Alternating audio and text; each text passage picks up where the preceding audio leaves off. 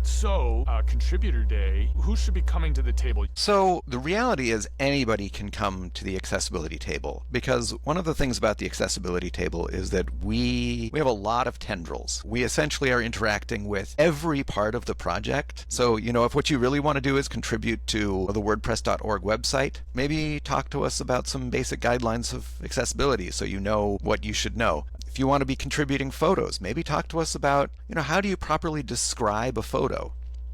When you're adding it to the photo repository. We can talk to anybody and just help them know, like, how does accessibility impact what you do? Hey everybody, it's Roger with Kinsta. I'm joined once again by my good friend Joe. Hey Joe, how you been?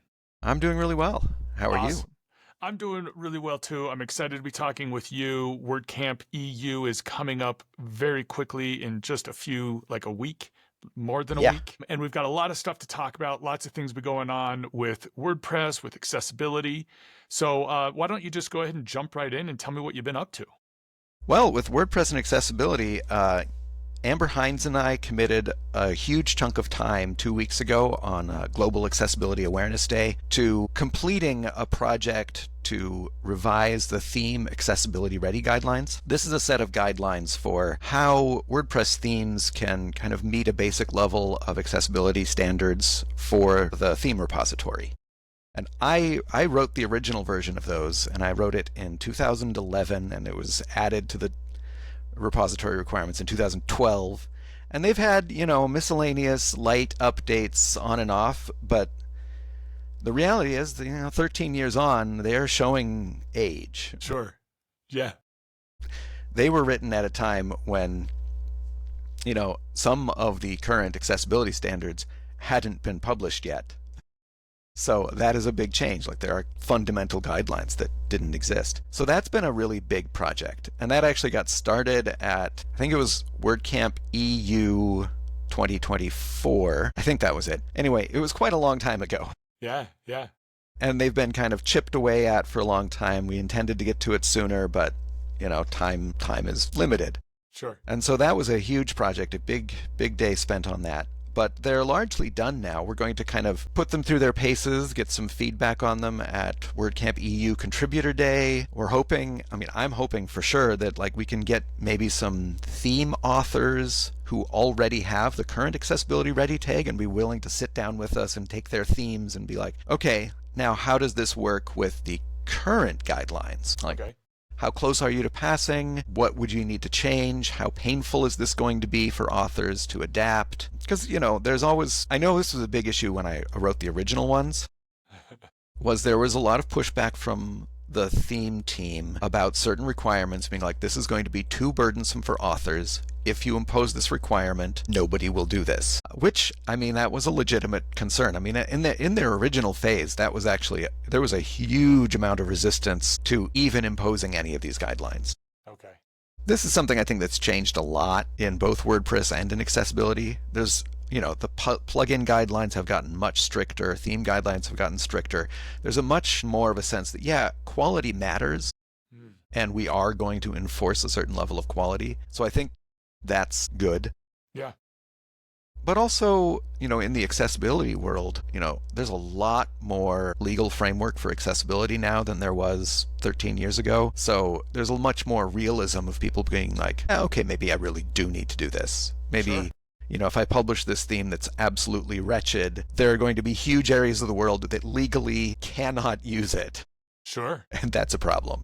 Yeah, no, absolutely. So I think that's a great point is, there's not just the legal side of it, but it's also a performance, it's a usability, it's a, SEO, not just in terms of, semantic markup, but, Google watches how you interact with a website. And if you're bouncing back or not spending much time on it, it may affect your rankings. That's a flag. That's a question of, is this really all that great? I don't know. Maybe not.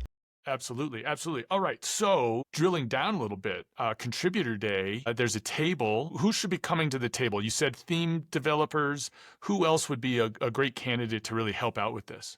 So the reality is anybody can come to the accessibility table, because one of the things about the accessibility table is that we have a lot of tendrils. We essentially are interacting with every part of the project. So, if what you really want to do is contribute to the WordPress.org website, maybe talk to us about some basic guidelines of accessibility so you know what you should know.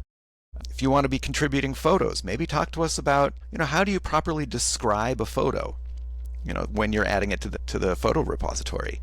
We can talk to anybody and just help them know, how does accessibility impact what you do? Now, there are some areas that we don't touch. If your goal is to contribute to WP CLI, there's not a lot that we're going to have to do with that. Sure. It's a command line interface. It's about as accessible as it's going to be. But they can still have documentation, and the documentation still needs to be accessible. So, absolutely, there's always a relationship there.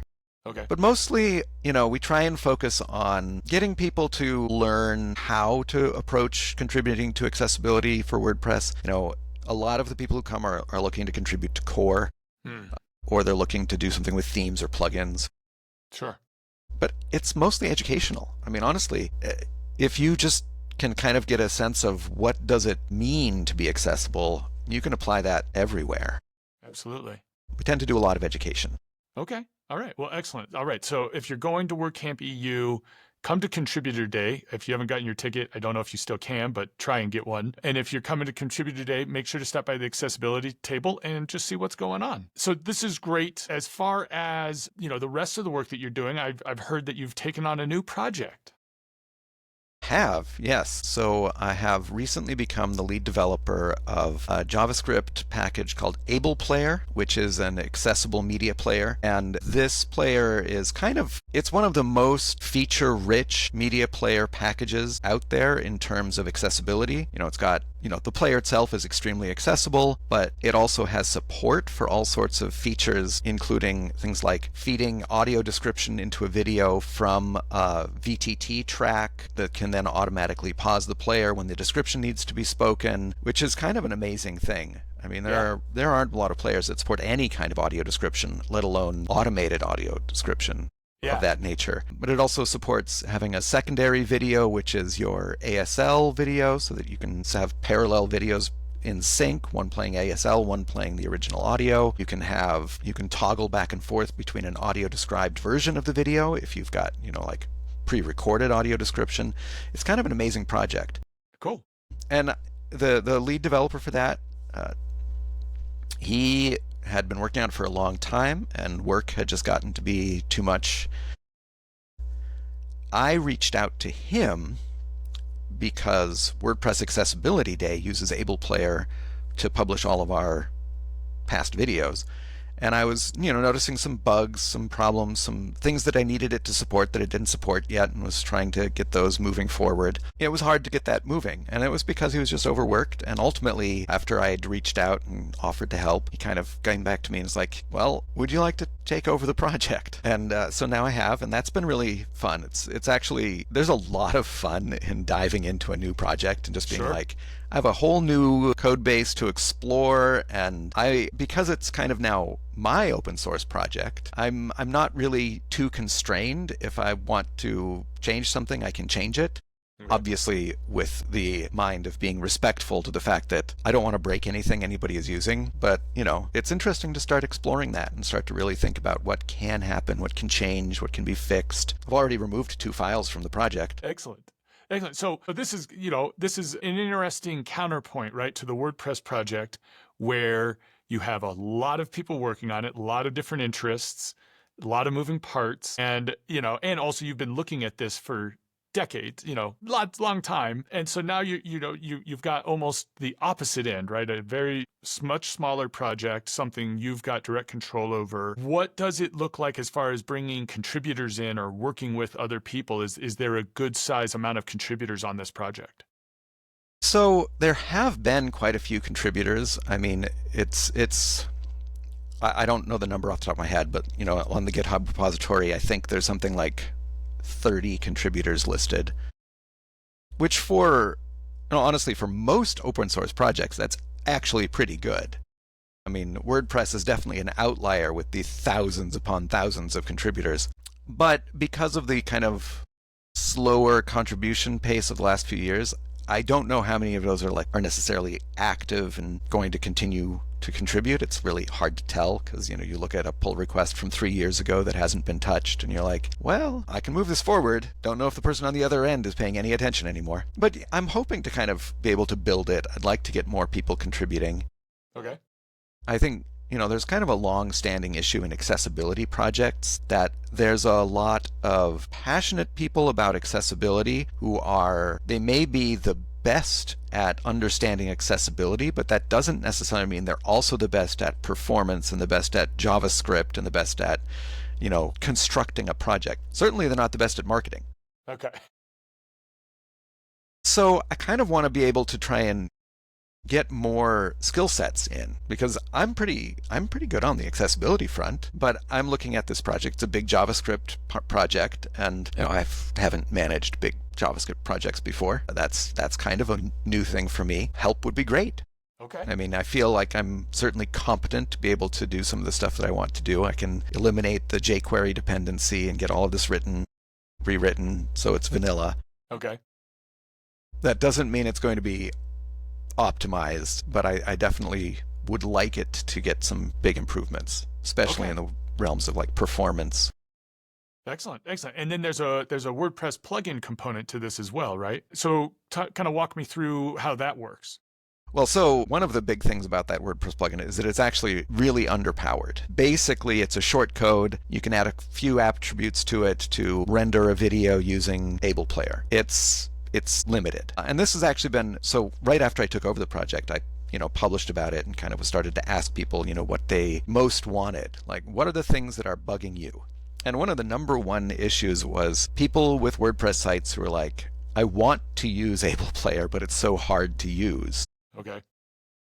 Because essentially, you can do everything with AblePlayer in your WordPress site, but basically you have to write the video element yourself.